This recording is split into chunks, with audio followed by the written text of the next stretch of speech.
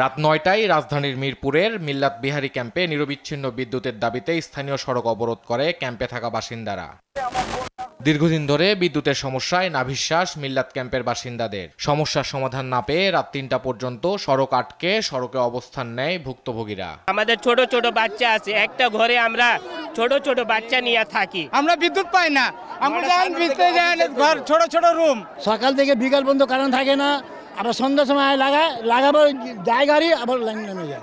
এই যে দেখেন জাগনা আছে, রাত 2টা বাজে 2:30 বাজে বাইরে নিয়ে আসি। পড়ালেখাও তো করতে পারছে না ঠিক মতো, কারেন্ট না থাকলে পড়বে কেন? ক্যাম্পে নিরবিচ্ছিন্ন বিদ্যুৎ না থাকার কারণে অসুস্থ হয়ে পড়ছেন অনেকেই। শিশুদের অবস্থা শোচনীয়। আমাদের 4 মাস থেকে কারেন্ট নাই, বুঝছেন। আসতে একটু দিতেছে, গাড়ি ডাকতেছে, একটু জোরতেছে, কি করতেছে, আবার কারেন্ট চলে যেতেছে।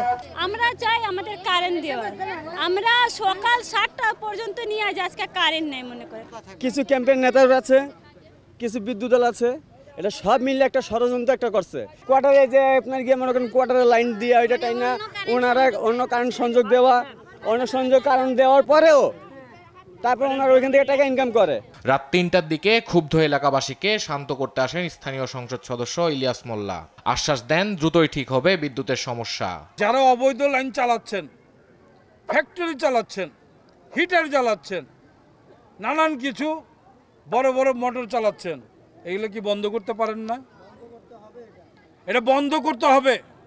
আজকে এখানে যেসব নেতারা আছেন, আমি বলবো এইসব ফ্যাক্টরি বন্ধ করতে হবে। আপনারা যদি ফ্যাক্টরি বন্ধ করেন, এই মিল্লাত ক্যাম্পের লোক 1 সেকেন্ডের জন্য বিদ্যুৎ যাবে না, আমি কথা দিলাম। কিছুক্ষণ পর বিদ্যুৎ বিভাগের তৎপরতায় ঠিক হয় বিদ্যুৎ সরবরাহ। ইফতেখার রেজা, দেশ টিভি, ঢাকা।